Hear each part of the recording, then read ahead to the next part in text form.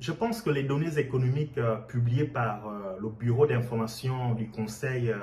des affaires d'État de la Chine sur la hausse du produit intérieur brut de la Chine au troisième trimestre en glissement annuel de 4,9% démontrent parfaitement que l'économie chinoise continue de maintenir une tendance assez stable et positive. D'une manière générale, je crois que ce résultat est conforme aux attentes puisque la croissance économique de 9,8% de la Chine au cours des trois premiers trimestres avait d'ailleurs jeté les bases d'une croissance économique annuelle supérieure à 8%,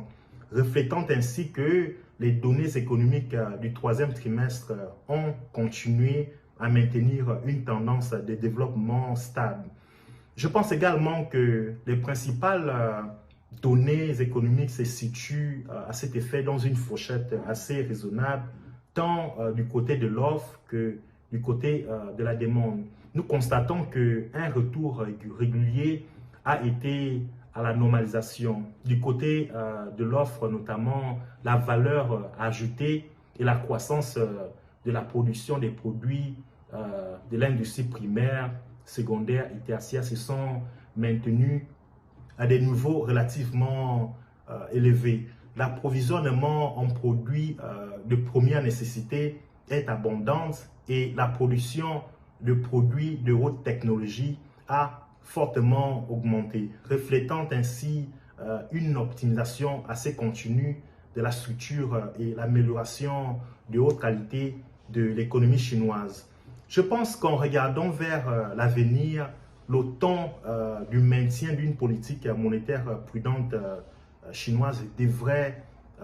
garder la même structure. En même temps, je pense que la politique budgétaire chinoise devrait augmenter de manière appropriée, surtout lorsque la production est réduite en termes des coûts d'exploitation. Pour mot de fin, j'estime que afin de maintenir sa croissance économique à un haut niveau,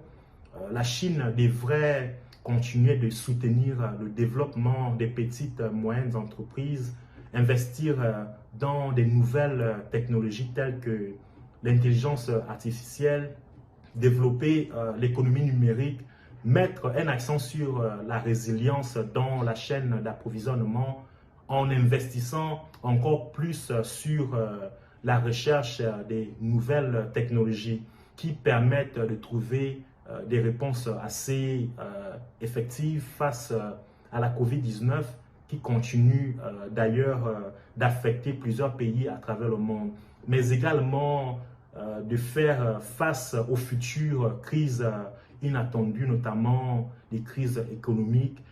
financières, sanitaires, etc.